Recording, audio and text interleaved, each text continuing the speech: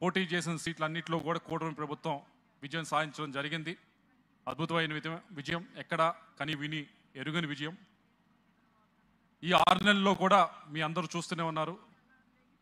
సరే, అందరికీ కనిపించేది విజయం కనిపిస్తూ ఉంది. కానీ ఆ విజయంతో పాటు రాష్ట్రం ఆర్థిక పరిస్థితి కూడా మనందరం కూడా తెలుసుకోవాల్సిన అవసరం ఉంది. వచ్చిన 6 నెలల నుంచి కూడా రాష్ట్రం ఎదుర్కొంటున్న ఆర్థిక ఇబ్బందుల గురించి ముఖ్యమంత్రి గారు ఎలా పరిష్కరించాలి, వాటిని ఎలా ఎదుర్కొనాలి అని చెప్పి ప్రతి నిమిషం కూడా ఆలోచిస్తూనే ఉన్నారు. మాకు ఆయన అవకాశం కల్పించడం జరిగింది. ఢిల్లీ వచ్చినప్పుడు మంత్రుల దగ్గరికి ఆయనతో పాటు తీసుకెళ్లే అవకాశం వచ్చింది.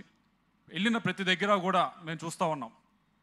మేము ముఖ్యమంత్రి గారు వచ్చి 2, 3 ఆ మంత్రిని అడగటం, అటువైపు నుంచి కేంద్ర మంత్రి వైపు నుంచి ఒక 5, 6 కంప్లైంట్లు వెనక్కి ఇవ్వటం.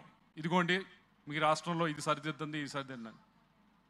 మామూలుగా అయితే దాన్ని వేరేగా తీసుకోవచ్చు. కానీ ముఖ్యమంత్రి గారు చెప్పారు, వీటన్నిటిని కూడా సరిదిద్దుదాం, వీటన్నిటిని కూడా మళ్ళీ ప్రారంభిద్దాం అని చెప్పి. కేంద్రం రాష్ట్ర ప్రభుత్వం కలిసి దాదాపుగా 93 స్కీమ్స్ నడుపుతూ ఉంటే అన్నీ నిర్వీర్యం అయిపోయినాయి 6 నెలల క్రితం. కానీ 6 నెలల్లో ముఖ్యమంత్రి గారు దాదాపుగా 72 కేంద్ర రాష్ట్ర ప్రభుత్వ సంయుక్త స్కీమ్స్ అన్నింటినీ కూడా మళ్ళీ పునఃప్రారంభించడం జరిగింది. మిగతావి కూడా వచ్చే కొన్ని నెలల్లో ప్రారంభించే దిశగా అడుగులు వేస్తూ ఉన్నారు. ఇవన్నీ ఎందుకు చెప్తా ఉన్నామంటే, అందరికీ ఎంతో ఉత్సాహం ఉంది, రాష్ట్రం అభివృద్ధి చెందాలని, ప్రతి ఒక్క కుటుంబం బాగుండాలని. ముఖ్యమంత్రి గారు కూడా అటే పయనిస్తూ ఉన్నారు, కుటుంబ ప్రభుత్వం కూడా అటే పయనిస్తూ ఉంది. కానీ ఒకటే చెప్పేది, కొద్దిగా అందరం కూడా సమన్వయం పాటించి కొద్దిగా సమయం ఇద్దాం. తప్పకుండా మనం అనుకున్నదాన్ని కూడా సాధించే కార్యక్రమం చేస్తాం. అయితే ఈ వేదికపై నుంచి ముఖ్యంగా మొట్టమొదటిసారి పల్నాడు రావడం జరిగింది ముఖ్యమంత్రి గారు. పల్నాడుకి సంబంధించి మనకు ఉండే సమస్యలు, ఒకటి త్రాగునీరు సమస్య, ఒకటి సాగునీరు సమస్య, మీ అందరికీ తెలిసిందే. దాంట్లో భాగంగా ముఖ్యమంత్రి గారిని అడగడం జరిగింది ఇదివరకే. మళ్ళీ ఒకసారి ఈ సభాముఖంగా కూడా అడుగుతా ఉన్నాం. మనం ఏదైతే వరికిపుడిసెల ప్రాజెక్ట్ ఉందో మాచర్లకు సంబంధించి దాన్ని పూర్తి చేయాలి అని చెప్పి, మనకి జలాలు సాగుకి ఇస్తే కనుక మన ప్రాంతం కూడా అభివృద్ధి చెందుతుందని చెప్పి. అలాగే నిన్నే మీరు అందరూ చూశారు, ఏదైతే గోదావరి జలాలు తీసుకొచ్చి కృష్ణానదిలో కృష్ణా పెన్నా కలయికని నిన్నే ఆయన ప్రారంభించడం కూడా జరిగింది ముఖ్యమంత్రి గారు. అది కూడా తొందరలోనే ముందుకు వెళ్తుందని చెప్పి గట్టిగా ఆశిద్దాం. వీటితో పాటుగా తాగుకి సంబంధించి వాటర్ గ్రిడ్ ఇప్పటికే దానికి సంబంధించిన టెండర్స్ అన్నీ కూడా రెడీ అవుతూ ఉన్నాయి. 50% కేంద్ర ప్రభుత్వం ఇస్తూ ఉంది, 50% రాష్ట్ర ప్రభుత్వం ఇస్తూ ఉంది. దాన్ని కూడా తొందరగా ముందుకు తీసుకువెళ్ళాలని చెప్పి మీ తరపు నుంచి ముఖ్యమంత్రి గారిని అర్థిస్తూ ఉన్నాను. వీటన్నిటితో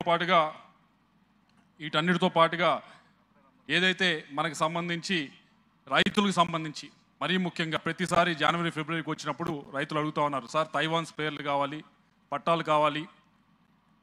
వీటన్నిటిని కూడా కొద్దిగా సబ్సిడీలో గడిచిన కొన్ని సంవత్సరాలుగా రావట్లేదు, దాన్ని మళ్ళీ పునఃప్రారంభించని చెప్పి దాన్ని కూడా ముఖ్యమంత్రి గారిని అడుగుతూ ఉన్నాం. కొద్దిగా ఏదైతే సబ్సిడీలో ట్రాక్టర్లు కానీ, తైవాన్ స్ప్రేయర్లు కానీ ఇవి కూడా ఇస్తే ఇక్కడ ఉన్న ఎక్కువ మంది రైతులే కాబట్టి వారికి ఉపయోగం చెందుతుంది. అలాగే ఇక్కడ ఉపాధి కల్పించేదానికి ఒక లెదర్ పార్క్ అన్ని జిల్లాల్లో కూడా అన్ని నియోజకవర్గాల్లో ఎంఎస్ఎంఈ పార్క్లు ఎస్టాబ్లిష్ చేస్తూ ఉన్నారు. అలానే మా పల్నాడుకి సంబంధించి ఒక లెదర్ పార్క్ మీరు శాంక్షన్ చేస్తే కనుక తప్పకుండా ఇక్కడ ఉపాధి వస్తుంది. చివరిగా మెడికల్ కాలేజ్ ఒకటి కేంద్ర ప్రభుత్వం ఇవ్వడం జరిగింది, చివరిలో ఉంది కొద్దిగా పల్నాడుకు సంబంధించి. దాన్ని కొద్దిగా 200 కోట్లు 250 కోట్లు ఇస్తే పూర్తవుతుంది, ఈ ప్రాంతానికి అభివృద్ధి చెందుతుంది. కాబట్టి అది కూడా చేయాలి అని ముఖ్యమంత్రి గారిని అడుగుతూ, నాకు తెలుసు ఎటువంటి ఆర్థిక పరిస్థితులు ఉన్నాయి రాష్ట్రంలోని, అయినా కూడా పల్నాడుకి ప్రత్యేకంగా మీరు దృష్టి సారించి మీరు చేయాలని చెప్పి పల్నాడు ప్రజల తరఫున విజ్ఞప్తి చేస్తూ నాకు ఈ అవకాశం ప్రసాదించిన ప్రతి ఒక్కరికి కూడా ధన్యవాదాలు తెలియజేస్తూ సెలవు తీసుకుంటాం. ధన్యవాదాలండి.